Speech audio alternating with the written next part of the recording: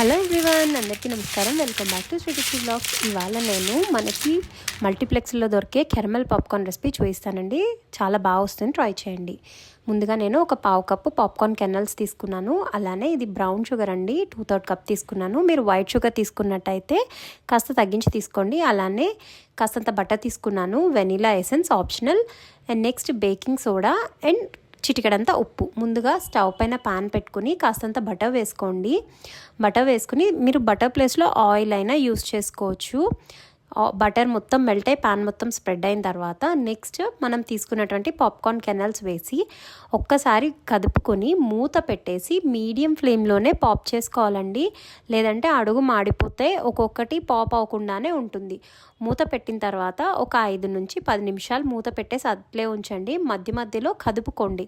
ఇలా popcorn pop అవడం start అయ్యాక ఒక్కసారి కదిపితే మనకి పాప్ అయిన పైకి వచ్చి కింద ఈవెన్గా ఉంటాయి. సో అలా అయితే మనకి కార్న్స్ మొత్తం పాప్ అవుతాయండి. అండ్ నెక్స్ట్ ఇంకొకటి ఏంటంటే దీన్ని ఓవర్లోడ్ చేయకండి. ఎప్పుడైనా పాప్కార్న్ చేసేటప్పుడు పాప్కార్న్ పక్కన పెట్టేసిన తర్వాత పాన్లో కాసంత బటర్ అప్లై చేసుకోండి. నేను ఈ స్టెప్ చేయడానికి కారణం ఇది స్టీల్ కడాయి అవడం వల్ల నేను బటర్ అప్లై చేస్తున్నాను. మీరు ఒకవేళ నాన్ స్టిక్ కడాయి యూస్ చేస్తున్నట్టయితే బటర్ స్కిప్ చేసేయచ్చండి, అప్లై చేయక్కర్లేదు, ఎందుకంటే స్టిక్ అవుతుంది కాబట్టి.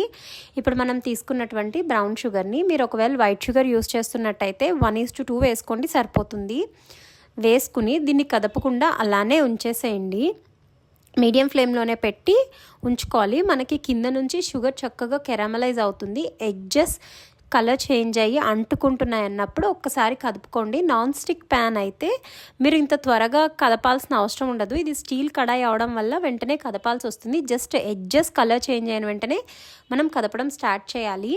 ఇలా మొత్తం కదిపిన తర్వాత ఇందులో కాస్తంత బటర్ వేసుకోండి. నాన్ స్టిక్ అయితే వేయక్కర్లేదు, ఇది స్టిక్ అవుతుంది కాబట్టి నేను కాస్తంత బటర్ వేసుకున్నాను.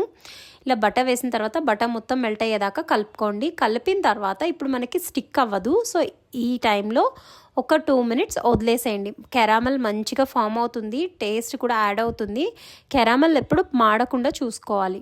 ఇలా మొత్తం మెల్ట్ అయ్యేలాగా కలుపుకుని కాసేపు వదిలేసేయండి. వదిలేసిన తర్వాత మనకి ఇలా నురుగులా ఫామ్ అవుతున్నప్పుడు ఒక్కసారి కదుపుకున్నాక ఇలా కదుపుతూ ఉండాలండి, లేదంటే అడుగు స్టిక్ అయిపోతుంది అండ్ టెక్స్చర్ కూడా చేంజ్ అయిపోతుంది, హార్డ్ అయిపోతుంది. సో ఇలా కలుపుతూ ఉండగా నెక్స్ట్ మనం ఇందులో చిటికెడంతా ఉప్పు వేసుకోవాలి. ఉప్పు వేసుకుని మంచిగా మిక్స్ చేసుకోవాలి. ఉప్పు వేసిన తర్వాత ఇందులోనే కాస్తంత వెనిలా ఎసెన్స్ అండి. వెనిలా ఎసెన్స్ అనేది ఆప్షనల్. నేను ఒక పావు టీ స్పూన్కి కూడా తక్కువ వేసుకున్నాను, జస్ట్ టేస్ట్ కోసం. మీకు ఇష్టం లేకపోతే స్కిప్ చేసేయచ్చు. ఇలా మిక్స్ చేసుకున్న తర్వాత దీంట్లో ఒక పావు టీ స్పూన్ బేకింగ్ సోడా వేసుకోవాలి. బేకింగ్ సోడా వేయడం వల్ల ఏంటంటే మనకి కెరామల్ టెక్స్చర్ చేంజ్ అవుతుంది, చూయి టెక్స్చర్ వస్తుంది. అలానే మనకి క్వాంటిటీ కూడా డబుల్ అయినట్టు కనిపిస్తుంది. ఇలా డబుల్ అయిన బాగా కలుపుకున్న తర్వాత ఇప్పుడు స్టవ్ ఆఫ్ చేసేసి మనం పాప్ చేసి పెట్టుకున్నటువంటి పాప్కార్న్ని కూడా ఇందులో వేసేసి మిక్స్ చేసుకోవాలండి. పాప్కార్న్ వేసినప్పుడు ఏంటంటే మీ కడాయి ఎప్పుడైనా కానీ కాస్త పెద్దది ఉండేలా చూసుకోండి. మనకి మిక్స్ చేయడానికి వీలుగా ఉండాలి.